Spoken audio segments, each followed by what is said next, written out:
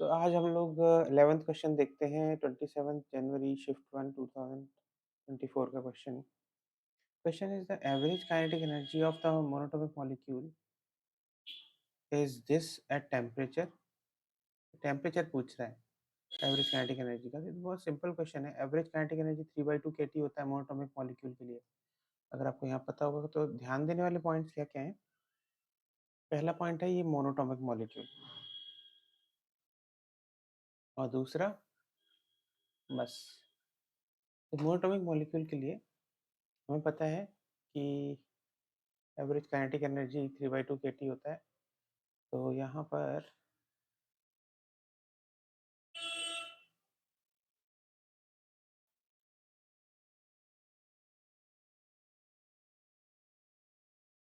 3/2 kT इसकी average kinetic energy है, और इसको मैं 0.0414 इलेक्ट्रॉन वोल्ट से इक्वेट कर दूंगा। के की वैल्यू डाल दूंगा। के की value will be your 1.38 into 10⁻23। तो सॉल्व करने के बाद मेरे पास जो आंसर आएगा वो ये आएगा।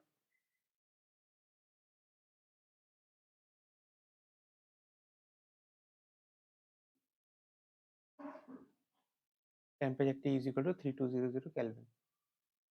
ठीक है, तो क्वेश्चन ईजी था। नेक्स्ट क्वेश्चन पे आते हैं।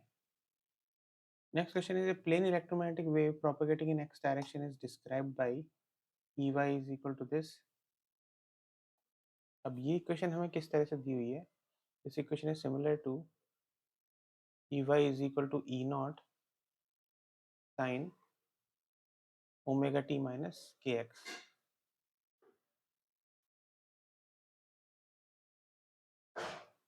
जहाँ पर आपको ओमेगा की वैल्यू दी हुई है 1.5 इंटू 10⁻⁷।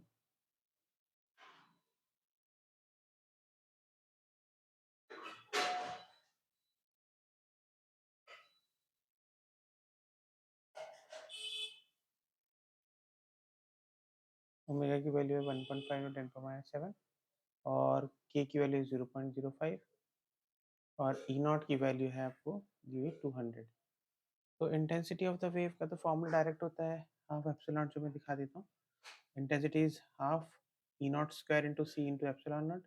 अगर मैग्नेटिक फील्ड होती है तो B nought square by 2 mu nought into C होता।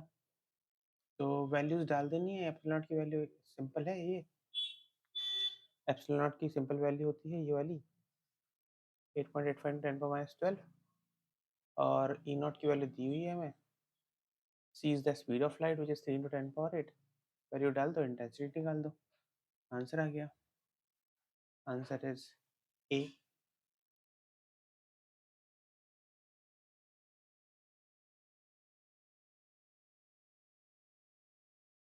नेक्स्ट क्वेश्चन पे चलते हैं। A train is moving with the speed of 12 meter per second on a rail which are 1.5 meter apart. To negotiate a curve of radius 400 meter, the height by which the outer rail should be raised with respect to the inner rail. देखो, ये system कुछ ऐसा है कि दो rails हैं which are, एक की आउटर रेल है और एक की इनर रेल है ना। ये यहाँ पर इसका एक पहिया होगा, बाहर वाले का ट्रेन का ये वाला पहिया होगा। ये तो इसका बॉक्स होगा ऐसे इसके ऊपर जाता हुआ। हमें रेडियस ऑफ दैट वो देखना है, रेडियस कितना होगा इसका, जो कि हमें दिया हुआ है 400 मीटर एक्चुअली में। तो इसका इक्वेशन जब बनाएंगे ना, कि velocity v is equal to root over r g tan theta कैसे आता है मैं आपको बताता हूँ, जिसको हमने यहाँ यूज किया है सॉल्व करने में। जब भी कोई भी सर्कुलर मोशन होता है on the banking of road, तो यहाँ पर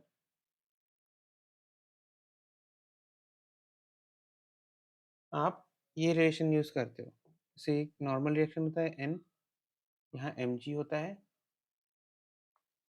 अब नॉर्मल रिएक्शन के दो कंपोनेंट आप यूज करोगे यहाँ पे।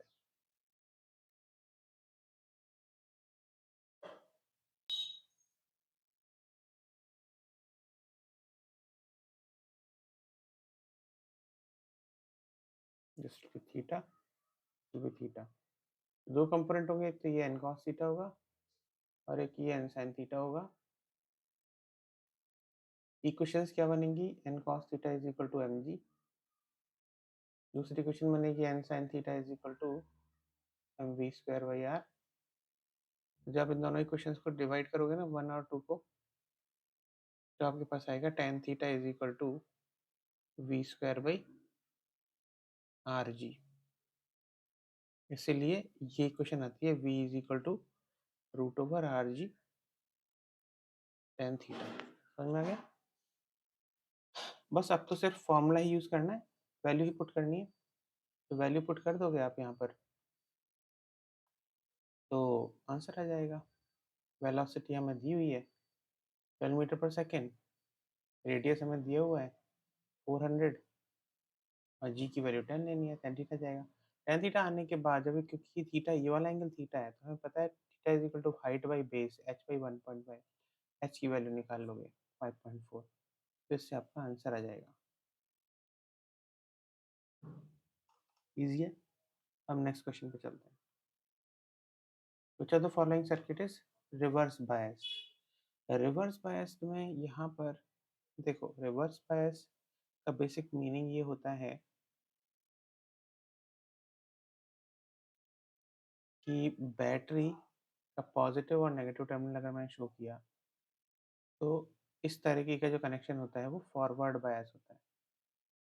मतलब बैटरी का पॉजिटिव पी जंक्शन से कनेक्टेड होता है, बैटरी का नेगेटिव एन जंक्शन से कनेक्टेड होता है। सिमिलरली ये हो फॉरवर्ड बायस।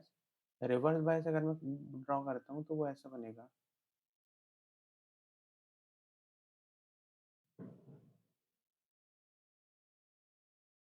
पॉजिटिव कनेक्टेड होता है एन से और नेगेटिव कनेक्टेड होता है पी से। अब बस आपको ये देखना है कौन सा पी किससे कनेक्टेड है। यहाँ पर अगर आप देखोगे तो ये बैटरी का पॉजिटिव टर्मिनल है, तो पॉजिटिव पी से कनेक्टेड है, यानी कि ये हो गया फॉरवर्ड बायस। सेकेंड वाला अगर आप देखोगे तो बैटरी का जो नेगेटिव है वो एन से कनेक्टेड है, ये भी फॉरवर्ड बायस हो गया। थर्ड वाले में अगर आप देखोगे तो पॉजिटिव पी से कनेक्टेड है, फॉरवर्ड बायस हो गया।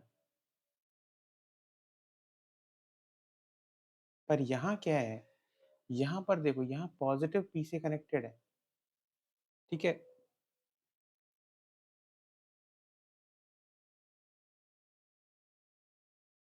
पर नेगेटिव भी पॉजिटिव से कनेक्टेड है, एन भी पॉजिटिव से कनेक्टेड। पर अब अगर आप यहाँ देखो, ये +2 वोल्ट है, ये +4 वोल्ट है, इनमें से बड़ा कौन सा है? +2 नेट जो होगा वो +2 वोल्ट होगा, यानी कि नेट +2 वोल्ट यहाँ से आ रहा है, तो पॉजिटिव एन से कनेक्टेड हो गया, और ये फिर जीरो हो जाएगा, अर्थ हो जाएगा ये, तो जीरो एन पी से कनेक्टेड है, तो इसका मतलब ये जब पॉजिटिव एन से कनेक्टेड हो गया तो ये रिवर्स बायस हो गया।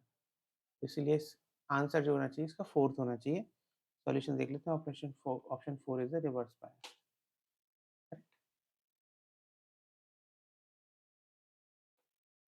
Last question, given below are the two statements, Planck constant and angular momentum has the same dimension। अच्छा, बेसिकली आप ये देखोगे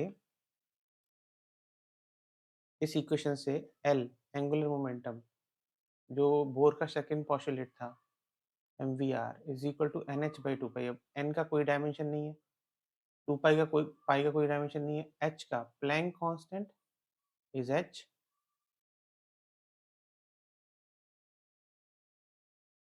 और L क्या है? Angular momentum.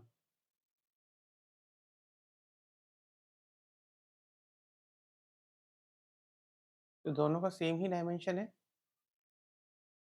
तो ये पहला वाला स्टेटमेंट तो करेक्ट है। Linear momentum and moment of force have the same dimension. Moment of force का मतलब क्या होता है? Moment of force is actually torque, torque is R cross F. Linear momentum क्या होता है? Is equal to mass into velocity. इसका अगर डायमेंशन देखें तो ये आएगा mass square M L T power -1। Torque का अगर देखें तो वो आएगा L into M L T power -2 which is m l square t power -2। तो दोनों के तो डिफरेंट है, तो इसका मतलब ये वाला ऑप्शन गलत हो गया। इसलिए statement 1 is true but statement 2 is false. ये फाइनल होगा, ये करेक्ट आंसर है, इसलिए 1 इज करेक्ट। तो आज के लिए इतना ही। फिर नेक्स्ट जो 5 क्वेश्चन है वो मैं नेक्स्ट वीडियो में कवर करूँगा। और डेली देखते रहिए फिर इसको वीडियो को, जिससे कि आप डेली 5 क्वेश्चन, ये सब जेईई मेन में क्वेश्चन पूछे गए क्वेश्चन हैं। जेईई मेन जो 2024 27 जनवरी 2024 में पूछे गए थे शिफ्ट 1 में। तो देखो अब क्वेश्चंस का लेवल कितना ईज़ी था, अगर आप थोड़ी-सी अच्छी प्रिपरेशन करते तो कर लेते। इसलिए प्रिपरेशन ज़्यादा नहीं चाहिए फिज़िक्स में और केमिस्ट्री में, मैथमेटिक्स में प्रैक्टिस चाहिए, उसके भी क्वेश्चन मैं सब सॉल्व करके दूँगा आपको, देखते रहिए। All the best.